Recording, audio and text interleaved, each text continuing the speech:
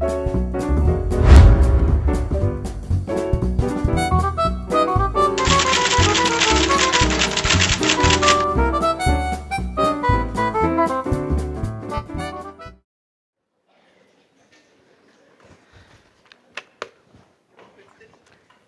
Denis, merci.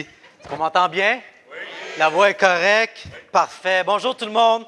Pour ceux qui ne savent pas, mon nom est Dennis James et c'est un privilège pour moi ce matin que de pouvoir continuer une série de messages qu'on a commencé dans l'Église du Christ de Montréal la semaine dernière avec le sujet de la prière et le thème qu'on a utilisé, le mot qu'on a utilisé pour nos invitations qu'on donne aux gens, quand on invite les gens à venir à l'Église, c'est brancher, découvrir la puissance de la prière. Et ce matin, c'est un privilège pour moi de pouvoir continuer cette série de messages sur le sujet de la prière et de parler plus en profondeur sur l'effet que ça a sur notre vie, mais surtout les bénéfices que ça nous apporte de prier dans nos vies. Et c'est encore un peu un privilège pour moi ce matin de pouvoir parler du sujet de la prière et de pouvoir enseigner parce que c'est la première fois, en fait, mon père est déjà venu à l'église, je pense, mais ma mère, c'est une des premières fois qu'elle vient à l'église ce matin. Mes deux parents sont là ce matin, ils s'appellent Richard et Catherine.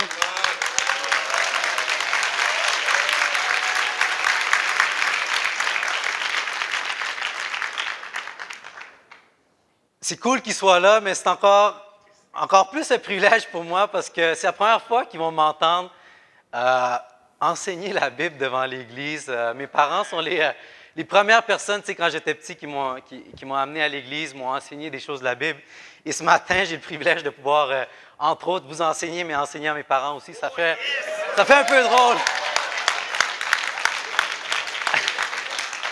C'est un drôle de feeling ce matin, mais je suis vraiment content qu'ils soient là et d'avoir le privilège ce matin que de pouvoir leur montrer, tu sais, ce que j'ai appris, surtout ce que vous m'avez appris, parce que vous m'avez appris des choses également. La semaine dernière, Pierre a fait un excellent travail en nous rappelant l'importance de prier sans cesse. Et j'aimerais amener ce matin un autre point important de la prière. Et c'est le titre, en fait, de mon message ce matin. Ça s'appelle « Prier seul avec Dieu ».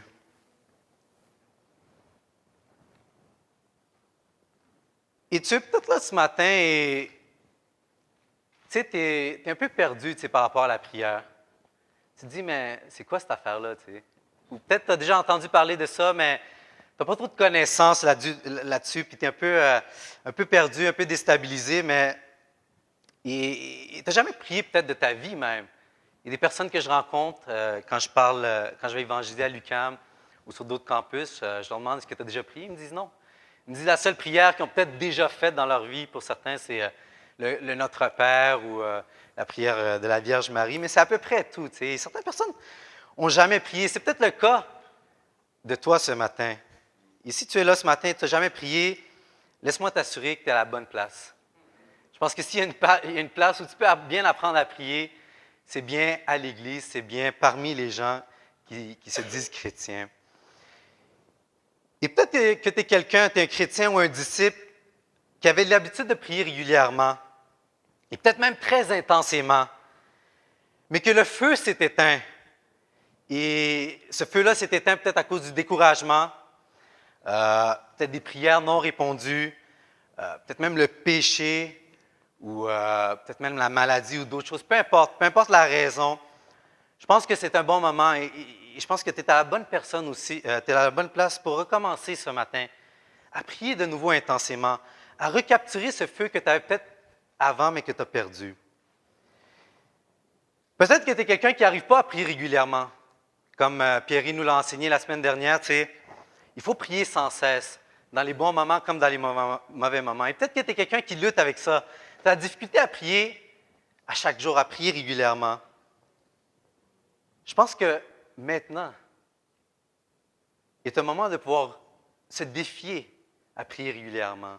Si tu es dans cette situation, j'espère que ce matin, la Bible va t'inspirer et surtout, le témoignage que je vais amener va t'inspirer à prier plus régulièrement. Et aujourd'hui, j'espère vous encourager et vous inspirer, comme c'est le titre de mon message, à prier seul avec Dieu, parce que c'est un concept important qu'on voit dans la Bible. Je vais entre autres vous partager de mon expérience, mais surtout, je vais vous partager de la Bible. Je vais vous montrer ce que la Bible enseigne par rapport à ça. Et s'il y a une personne dans la Bible, dans toute la Bible entière, selon moi, qui est digne d'imitation au niveau de la prière, c'est bien Jésus lui-même.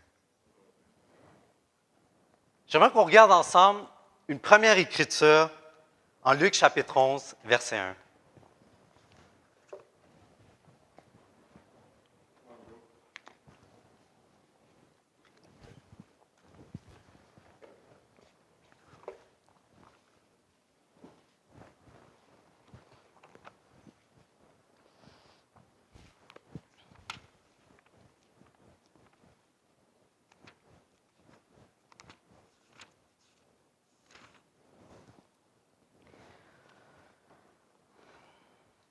Donc en Luc, l'évangile de Luc, chapitre 11, au verset 1, ça dit « Jésus priait un jour dans un certain endroit. Quand il eut fini, un de ses disciples lui dit, « Seigneur, enseigne-nous à prier, tout comme Jean l'a enseigné à ses disciples. » Seigneur, enseigne-nous à prier, tout comme Jean l'a enseigné à ses disciples. J'aimerais qu'on prête attention ce matin à quelque chose de vraiment important ici. Je ne sais pas si vous remarquez, mais j'ai la conviction suivante. Je crois de tout mon cœur que c'était un événement impressionnant et terrifiant que de voir Jésus prier. Plus grand que n'importe quoi d'autre qu'il ait fait. Parce que si vous remarquez, ça dit dans le passage, il arriva que Jésus priait à un certain endroit. Et quand il eut fini,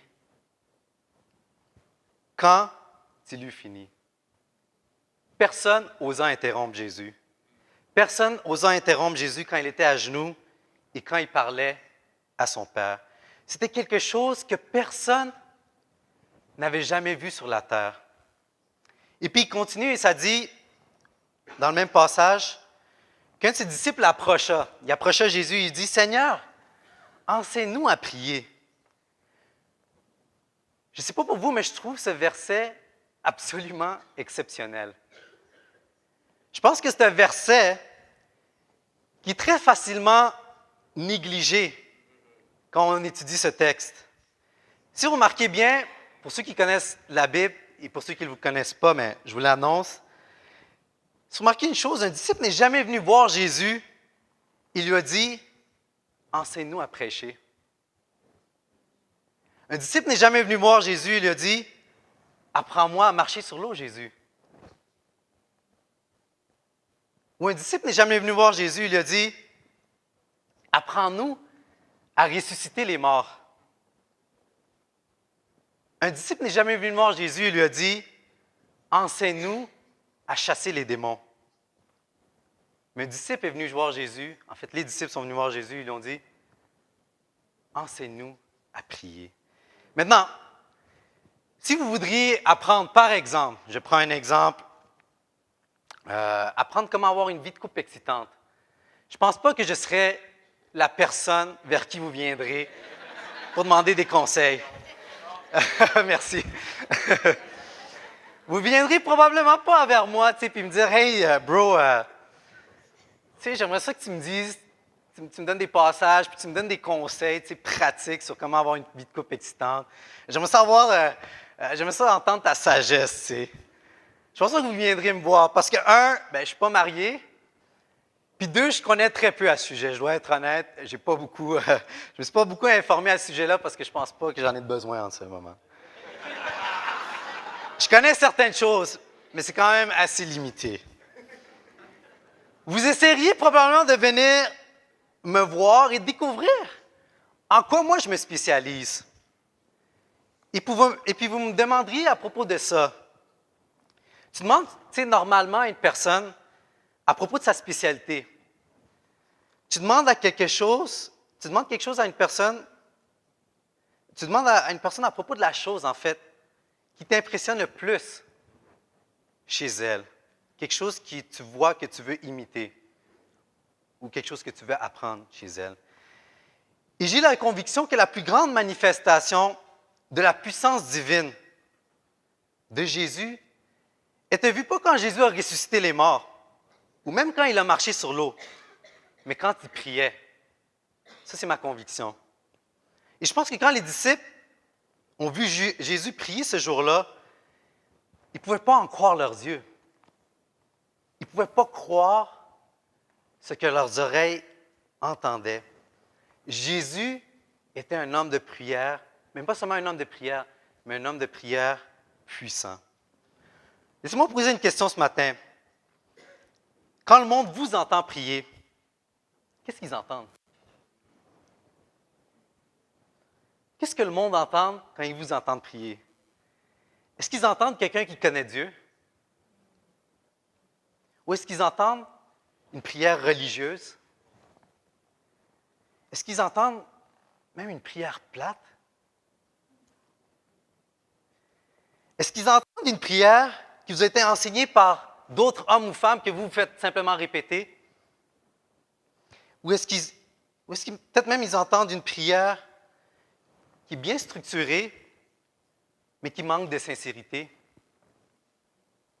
Ou bien est-ce qu'ils entendent un homme ou une femme qui passe beaucoup de temps dans la présence du Seigneur? Je ne sais pas où vous vous situez par rapport à la prière. Je ne sais pas où vous en êtes dans vos vies personnelles. Peut-être que vous n'avez jamais prié, peut-être que vous priez régulièrement, peut-être que vous ne priez pas assez sincèrement, peut-être que vous ne priez pas assez intensément. Et j'espère que la Bible est un guide qui va vous aider à structurer, oui, votre prière, votre vie de prière, mais aussi à vous aider à prier plus intensément et prier surtout comme Jésus le priait lui-même. Maintenant, je ne suis pas personnellement un expert de la prière. Comme vous, j'ai mes doutes, j'ai mes priorités qui sont des fois difficiles à mettre en place. Et la prière, souvent, peut me sembler, tu sais, comme un dernier recours. Ou même pire, des fois, ça m'est déjà arrivé de me demander si la prière faisait vraiment une différence. Juste me prendre une gorgée d'eau, excusez-moi.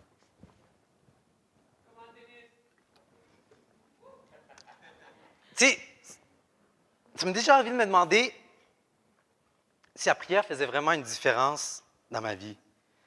Et ça m'est déjà arrivé de penser que la prière, c'est pas pratique. C'est pas concret. Tu sais, je suis peut-être en train de perdre mon temps en priant, tu sais. Peut-être ce qu'il faut que je fasse, c'est juste passer à l'action, tu sais. Je ne sais pas si vous réfléchissez comme ça, mais moi, je réfléchis beaucoup comme ça. Quand je me lève le matin, ou quand j'ai des trucs à faire, je suis comme, let's go, il y a la job à faire. Prier, ça va te faire perdre du temps. Ça m'est déjà arrivé de penser comme ça, je dois être honnête avec vous.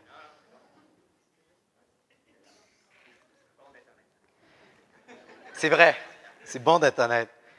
Et ça m'est déjà même arrivé de penser que tu n'as pas besoin de prier. Tu n'as pas besoin de prier autant quand les choses vont bien. Tu as besoin de plus prier quand les choses vont mal. C'est là que tu as vraiment besoin de prier. J'ai même déjà pensé, et je dis ça, mais j'ai honte de dire ça, la prière, c'est pour les gens qui luttent dans leur foi.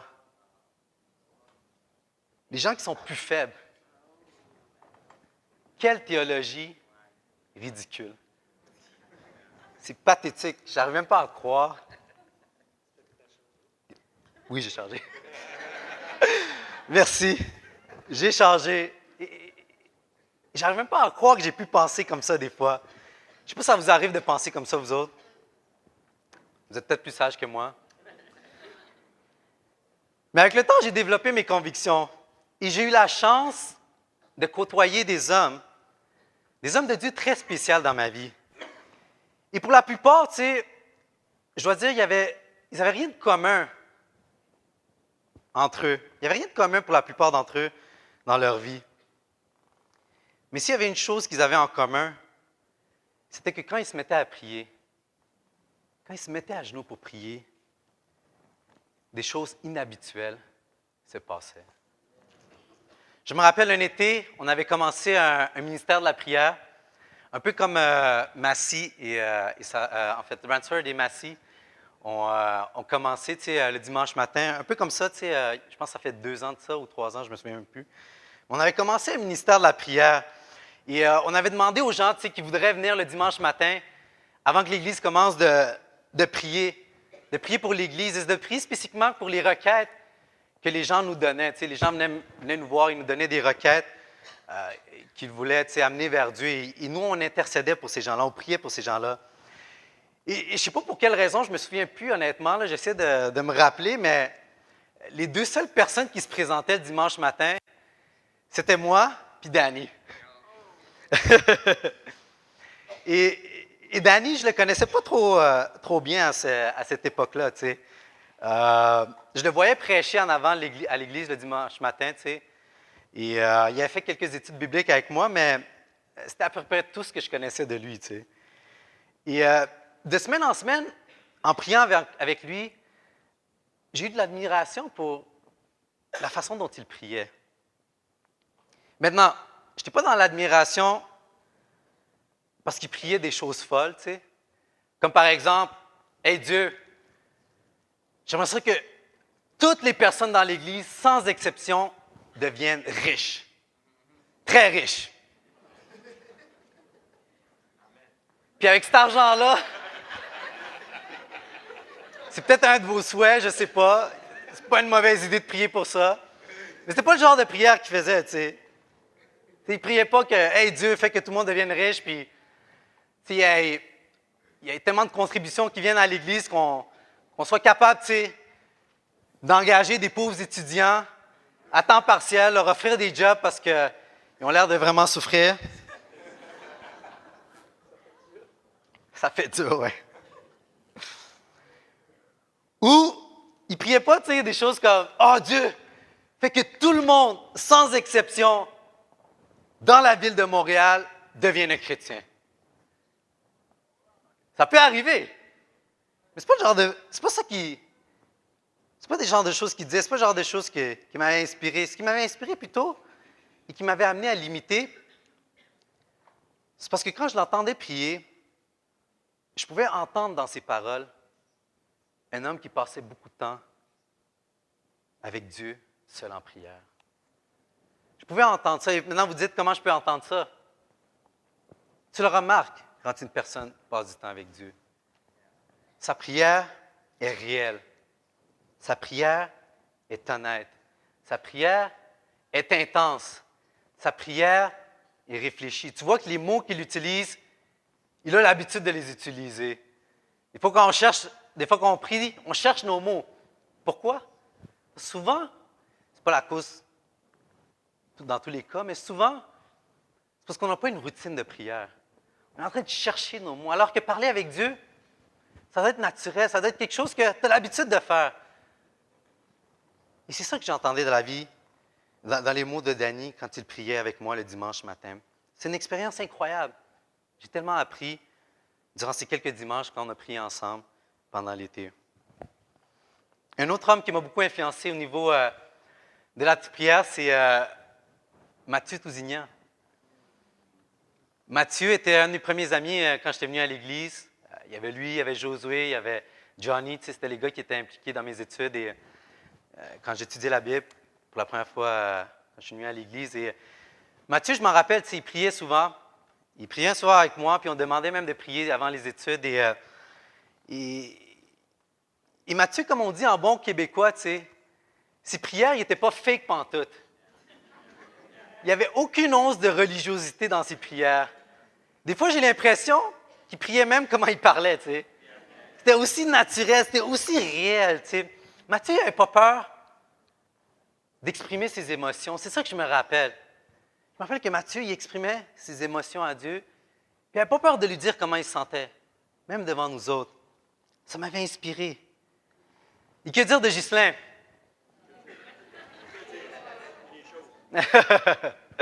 Que dire de Ghislain?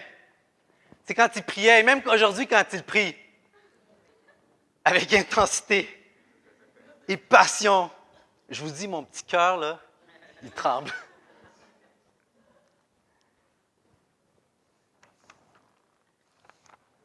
Charles Spurgeon, qui, si vous ne le connaissez pas, est un des plus grands, je dirais, prêcheurs américains qu'il qui a jamais vécu sur la terre, selon moi, et qui a influencé beaucoup, beaucoup de dirigeants, beaucoup de pasteurs, beaucoup d'évangélistes dans le monde. Il est mort en passant, ça fait très longtemps, mais il a écrit beaucoup de livres, il a enseigné beaucoup de choses, et entre autres, il a parlé beaucoup sur la prière. Et c'est un homme, tu sais, que je crois être un homme de prière intense. Il a dit la chose suivante. En anglais, ça dit I would rather teach one man to pray than 10 men to preach. En français, ça dit je préfère enseigner à 10 hommes. Hein? Ah oui, excuse-moi, je pensais que j'ai fait une erreur. Je préfère enseigner à 10 hommes à prier que 10 hommes à prêcher. Ah ouais, je préfère enseigner à un homme à prier que 10 hommes à prêcher. Oui, j'ai fait une erreur. Oui, c'est ça. C'est ça, je me dis, il y avait une erreur quelque part, mais ce n'était pas ça. Merci de la pointer. En fait, c'est je préfère enseigner à un homme à prier que 10 hommes à prêcher. C'est ça la bonne traduction en français. La prière, c'est quelque chose, je crois, qu'on doit enseigner et quelque chose qui doit être appris. Si tu es un disciple de Jésus, si tu es un chrétien, laisse-moi te poser la question, à qui es-tu en train d'enseigner à prier? Ou qui es-tu en train d'influencer par ta prière?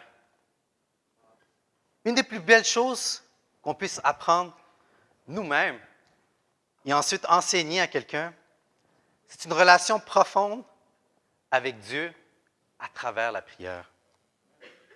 Je parlais avec Vincent récemment, en fait, la semaine dernière, et tu sais, je lui disais, Vince, ce serait bon, mon ami Vincent, avec qui on est en train d'étudier la Bible, tu sais, avec un gars qui s'appelle Cholet. Cholet est juste là en passant. Cholet est un étudiant en Concordia en biologie. Il rêve de devenir médecin. Et on est en train d'étudier la Bible avec lui. Et je disais à Vince, ce serait bon d'apprendre à Cholet, tu sais, à prier. Je lui disais, tu sais, est-ce qu'on a des études sur la prière? Tu sais, je regardais dans nos études de conversion qu'on a à l'Église. Il n'y en avait pas. J'ai dit, OK, je vais aller voir sur le site de d'autres églises du Christ ou d'autres églises de notre mouvement, tu sais, sur l'Internet. Et j'ai commencé à regarder et avec tristesse, j'ai trouvé aucune étude sur la prière. Même dans les livres, tu sais, je suis allé dans le livre de Douglas Jacoby, pour ceux qui connaissent, Shining Like Stars, et je pense 20 études là-dedans. Il n'y avait pas une étude sur la prière. Et j'ai trouvé ça triste. J'ai trouvé ça triste parce que la prière est super importante. Et j'ai dit à Vincent, Vincent, toi, tu es un gars intelligent, tu ne fais pas des fautes de français comme moi. Est-ce que tu pourrais préparer une étude sur la prière? Tu sais, j'aimerais te lancer ce défi-là. Tu sais, toi, tu serais bon là-dedans. Puis Vincent me dit, oui, je serais capable de le faire, mais j'aimerais ça que tu m'aides, j'aimerais ça qu'on travaille ensemble. Et on a pris la résolution et le défi ensemble, moi et lui, de préparer une étude, tu sais, sur le sujet de la prière, pour qu'on puisse l'utiliser dans l'Église quand le besoin, quand on étudie la Bible avec les gens, ou quand même nous-mêmes, on a besoin d'étudier ou de réétudier le sujet de la prière. Parce que j'ai la conviction, mes amis, que s'il y a une façon de laquelle on peut tous, sans exception, chacun d'entre nous ici ce matin, changer le monde, c'est en priant. En priant pour nous, mais en priant pour le monde. J'aimerais qu'on regarde ensemble cette idée, qu'on puisse plus loin cette idée que Jésus était un homme de prière et qu'on regarde ensemble des Écritures pour que vous puissiez comprendre l'importance de la prière dans la vie de Jésus et en venir à la conclusion que si la prière était si importante pour le Fils incarné du Dieu vivant, à combien plus forte raison la prière devait être importante pour nous? Combien plus on devrait nous-mêmes dépendre sur la prière? Donc, premier passage que j'aimerais regarder sur cette idée que Jésus est un homme de prière, c'est en Luc chapitre 5 au verset 16.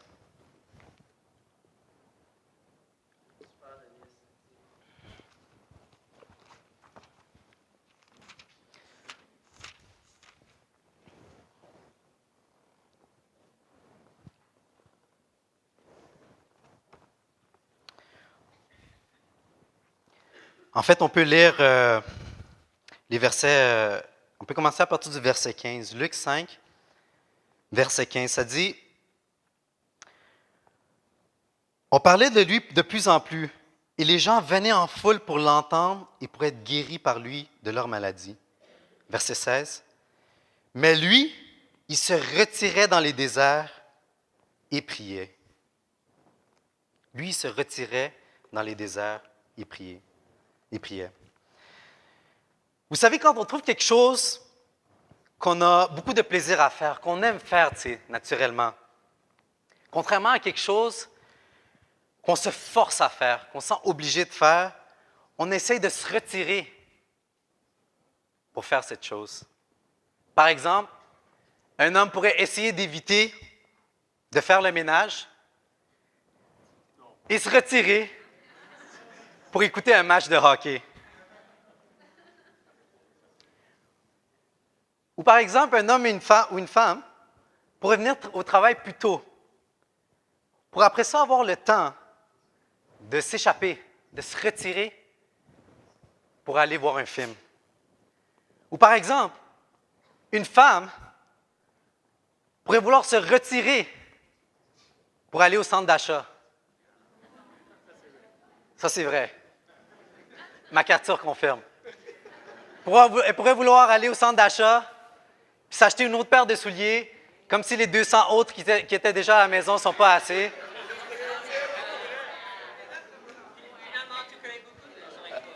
Je connais beaucoup sur ma mère. Ma mère, je la taquine tout le temps, et mon père aussi. Mon père, il est en train de rire. Les deux, on la niaise beaucoup.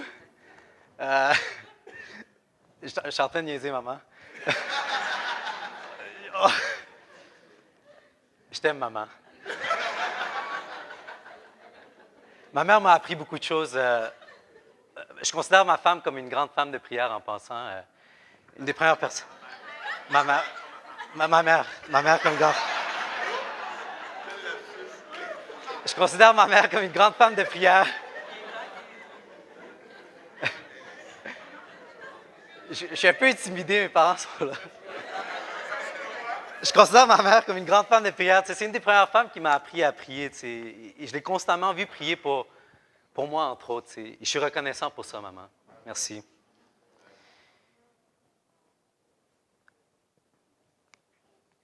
Ouais, Luc 5, 16.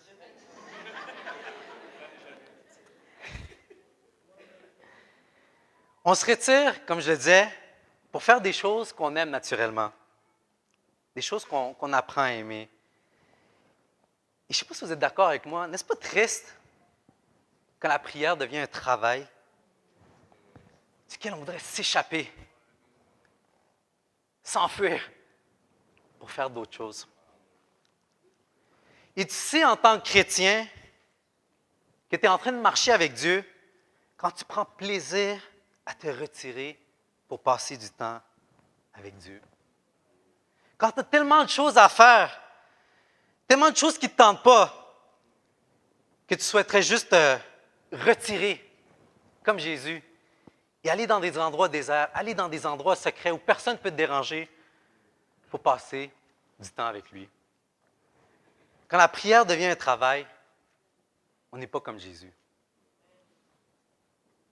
Quand la prière devient un travail, on n'est pas comme le Christ.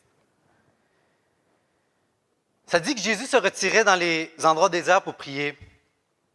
Et vous savez, des fois, il y a tellement de bruit dans ce monde. Et même dans l'Église, je dirais, il y a tellement de bruit des fois, il y a tellement de choses à faire, tellement d'occupations, qu'on sent overwhelmed, qu'on sent comme serré, on n'a pas le temps de rien faire et on entend plein de choses ici, là, et peut-être nos enfants, nos familles, je ne sais pas, Et des fois, on a besoin juste de se retirer, comme Jésus, dans des endroits secrets, dans des endroits où personne ne peut nous déranger, dans des endroits déserts, pour chercher la face de Dieu. Est-ce que vous êtes avec moi? Prochain passage que j'aimerais partager, c'est en Matthieu 14, au verset 23.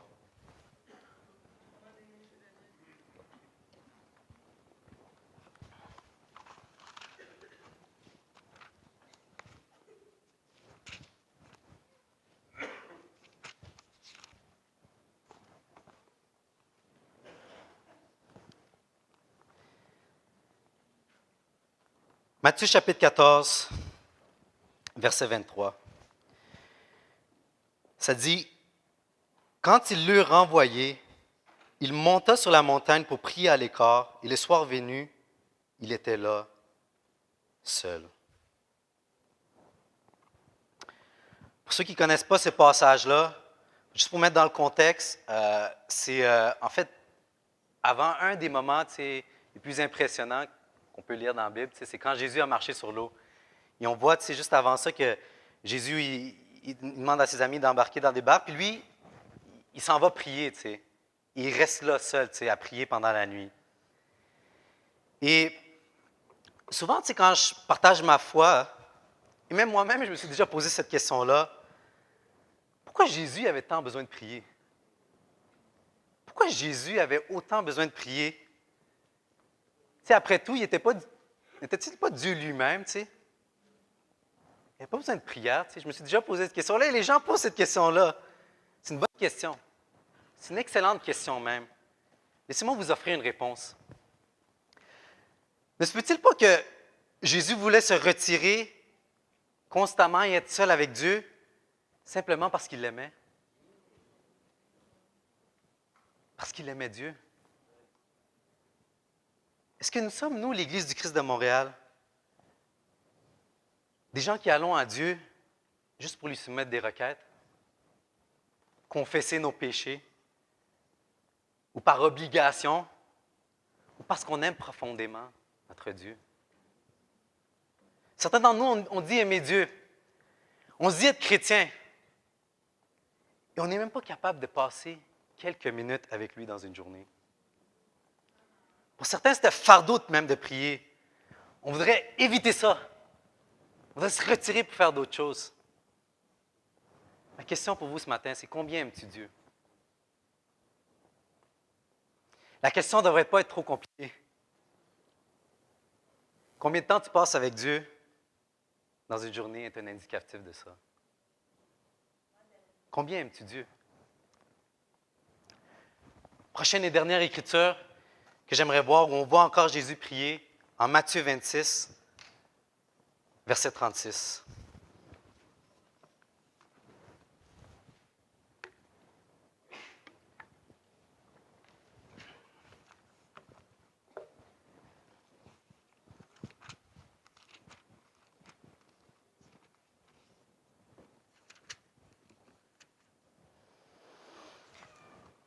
Donc, on va lire Matthieu chapitre 26, des versets 36 à 39. Ça dit, là-dessus, Jésus se rendit avec eux dans un endroit appelé Gethsémane. Et il dit aux disciples, « Asseyez-vous ici pendant que je m'éloignerai pour prier. » Il prit avec lui Pierre et les deux fils de Zébédée. En passant ici, les fils de Zébédée, pour ceux qui ne le savent pas, c'est Jean et Jacques. Il commença à être saisi de tristesse et d'angoisse. Il leur dit alors, « Mon âme est triste à en mourir. Restez ici éveillés avec moi. » Puis il avança de quelques pas, se jeta le visage contre terre et fit cette prière. J'aimerais qu'on s'arrête là. Jésus, ici, était pendant un des moments les plus cruciaux de sa vie. Pour vous mettre dans le contexte, c'est juste avant son arrestation et sa crucifixion. Donc, vous pouvez comprendre pourquoi il était triste et angoissé. C'était un des événements les plus terrifiants peut-être qu'il allait vivre ce jour-là. Et Jésus se rend à Gethsémane, qui est un jardin qui existe encore aujourd'hui en passant. Il amène ses disciples avec lui. Mais c'est intéressant dans le passage, si vous remarquez, il dit au verset 36, « Asseyez-vous ici pendant que je m'éloignerai pour prier. » Il les amène avec lui, mais il ne prie pas avec eux. Il dit, « Asseyez-vous ici. » Par contre, ça dit, il prie avec lui Pierre et les deux fils de Zébédée. Il commença à être saisi de tristesse et d'angoisse. Il leur dit, « Mon âme est triste. Restez ici éveillés avec moi. » Puis, ça c'est important, il s'avança de quelques pas. Il s'avança de quelques pas pour prier tout seul. Il n'amène même pas Pierre et Jean avec lui pour prier avec lui. Vous savez, des fois, il y a des choses, Il y a des combats que les autres peuvent tout simplement pas comprendre. Des fois, il y a des choses qui n'ont aucune formation, aucun même conseil peut nous aider à vaincre. Et ton seul recours, c'est la prière. On connaît l'Écriture en Matthieu 17, 21, quand Jésus dit « Cependant, cette sorte de démon ne sort que par la prière. » Il y a des choses qui sont tout simplement juste vaincues par la prière. Ici, Jésus se préparait pour quelque chose que les disciples ne pouvaient pas comprendre ou même imaginer. Il a essayé de leur expliquer, mais c'était trop têtu pour comprendre. On voit ça quand on lit le Nouveau Testament. Et quand Jésus avait le visage contre le sol, une guerre, probablement la plus intense que Jésus ait jamais vécue de sa vie, était menée. Et quand il s'est levé, après son temps de prière, la guerre était vaincue. Jésus était prêt à faire face à la mort. N'est-ce pas incroyable? Par la prière, il a été capable de faire face à la mort. Mes amis, les victoires sont gagnées par la prière.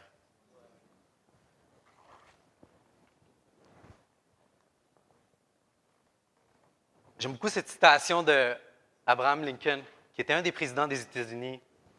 Ça dit en anglais, premièrement, I have been driven to my knees many times because there was no place else to go. J'espère que je n'ai pas fait une erreur encore en français ici. Dites-le moi s'il y en a une.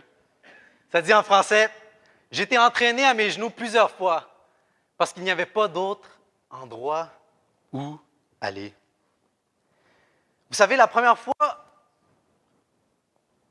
où j'ai prié sincèrement dans ma vie personnelle, c'était quand j'étais dans un lit d'hôpital. C'était en secondaire 2, ça fait à peu près une dizaine d'années de ça. Pourquoi j'étais à l'hôpital? Vous posez peut-être la question. J'avais un match de basket plus tôt ce matin, ce jour-là. Et on commence le match, tu sais. J'étais arrivé en retard au match. Et à cause que je suis arrivé en retard, tu sais, le coach me dit « Ah ouais, tu sais, t'as pas le temps, change-toi rapidement. » Tu sais, puis j'ai pas eu le temps de m'étirer, de faire mes échauffements et tout. Puis c'était mon erreur, tu sais. Puis premier quart, je suis sur le terrain, je commence à courir, puis là, j'accroche la jambe d'un gars, puis je tombe d'une façon tellement bizarre. Je ne sais même pas aujourd'hui comment j'ai pu tomber dans cette position-là. Je pense que j'étais juste perdu cette journée-là. Je n'étais pas prêt à jouer un match. Et je suis tombé, et pendant 3 ou 4 secondes, je ne me souviens pas précisément, mais je suis resté inconscient. J'avais perdu connaissance pendant 3 ou 4 secondes. Puis quand je me réveille, je ne voyais pas. C'était tout noir. Je ne sais pas si ça vous est déjà arrivé, là. Après quelque chose d'intense, on voit tout noir. Et je me lève et je ne vois rien, mais tout ce que j'entends, c'est la voix de mon ami Mohamed. Et Mohamed me dit « Hey Denis, ça va? Es-tu correct? » Là, je dis « Non, je ne vois pas, Mohamed. Qu'est-ce qui se passe? J'ai mal au bras, on dirait que je ne peux pas le bouger. » Il dit « Hein, ton bras? Laisse-moi voir ça, ton bras, toi. » Là, il prend mon bras et il dit « Tiens, moi, tu vas le fixer, ton bras. » Là, il essaie de fixer mon bras. Là, je dis « Non, arrête, ça fait mal, Mohamed. » Et il dit « Oh non, ça fait mal. OK, assis-toi, va sur le banc. » Et là, je vais sur le banc, puis mon coach, il me check, puis il dit « Hey, ça n'a pas l'air correct, ton affaire, là. Je pense qu'il va falloir que tu ailles à l'hôpital. » Puis là, j'appelle mon père. Puis là, j'avais vraiment peur d'appeler mon père. Mes parents, quand j'étais jeune, ne voulaient pas que je joue au basket. Ils trouvaient, surtout ma mère, mon père moins, ils trouvaient que c'était une perte de temps. Ils disaient, concentre-toi plus sur tes études, tu sais. Ça va te fatiguer, ça va te faire perdre du temps, tu auras moins de temps pour étudier. Et ce jour-là, le soir, quand j'étais à l'hôpital, tu sais, on m'a gardé parce que je devais avoir une opération. Le médecin, il me dit, tu t'es fracturé le coude. J'ai eu peur. J'ai commencé à être triste. J'ai dit, wow, je me suis fracturé le coude. Qu'est-ce qui arrive si je ne pourrais plus jamais jouer au basket? Qu'est-ce qui arrive si je ne pourrais plus jamais bouger mon bras? Qu'est-ce qui arrive si ma mère apprend que je me suis fracturé en jouant au basket? Là, c'est fini. Là, je ne serai plus capable de sortir de la maison. J'ai eu tellement peur. Je ne savais pas quoi faire. Je ne savais même pas comment réagir. j'avais tout oublié ce jour-là. Et je me rappelle, le soir, j'étais seul à l'hôpital et il n'y avait personne qui était là. Je ne savais pas quoi faire. Je me sentais triste, puis je ne savais pas à qui parler. Et je ne sais pas pourquoi l'idée m'est venue dans la tête. J'ai dit, je vais parler à Dieu. Je vais prier. Et pour la première fois de ma vie, j'ai commencé à prier sincèrement à Dieu. Oui, je l'ai prié pour des requêtes spécifiques. J'ai demandé, Dieu, guéris mon coude, s'il te plaît. Fais pas, laisse pas arriver que je sois handicapé à vie, ce serait très triste. Je ne pourrais plus jouer au basket, puis ma mère, toute ma vie, va me le rappeler. J'ai dit, Dieu, s'il te plaît, guéris-moi. Mais en plus, quand je priais, j'ai senti le besoin de connecter avec lui, comme avec un ami, parce qu'il n'y avait personne pour parler. Et puis, je continuais à prier, je commençais à parler avec lui, je parlais de ma journée, qu'est-ce qui s'est passé, pourquoi j'ai tombé, je n'ai pas compris. J'ai commencé à parler de ma vie, de ce que j'ai vécu, de l'école, de toutes sortes de choses. Et j'ai commencé à parler avec Dieu comme un ami. Et pour la première fois de ma vie, j'ai ressenti une vraie paix après avoir prié. C'est pour la première fois que j'avais senti ça de ma vie, une vraie paix dans mon cœur. Pourquoi? Parce qu'avant ça, mes prières, j'étais quand même jeune, j'avais peut-être 13, 14 ans dans ce temps-là. Mais les seules prières qu'on m'avait enseignées, c'était des prières religieuses. Quand j'allais à l'église, on m'enseignait à réciter le Notre Père, à dire des prières, des formules un peu déjà faites, un peu passe-partout, et tu répètes ça. Mais on ne m'avait jamais appris à prier réellement, sincèrement. Et ce jour-là, j'avais connecté avec Dieu. J'avais senti la paix. Et des fois, on a juste besoin d'être réel avec Dieu en prière, de lui exprimer nos émotions, de lui parler, de communiquer avec lui, parce que Dieu veut qu'on communique avec lui. Vous êtes d'accord avec moi?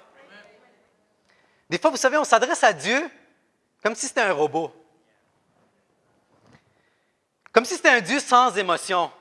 On oublie qu'il y a des émotions en Dieu. On oublie qu'on peut parler à Dieu comme on peut parler à un ami. On parle avec lui un peu de cette façon-là. Je ne sais pas si, pour ceux qui ont des femmes, un exemple que j'aimerais utiliser, c'est, tu parles à ta femme, par exemple, tu dis « Bonjour, Madame James. Tu es belle. Tes cheveux sont magnifiques. Tes pieds sont les plus beaux pieds que j'ai jamais vus. Il n'y a pas d'autre femme comme toi. Merci pour ta patience. Merci pour ton amour. Merci de prendre soin de moi. Merci pour la nourriture que tu cuisines pour moi. Merci pour tout. Amen. »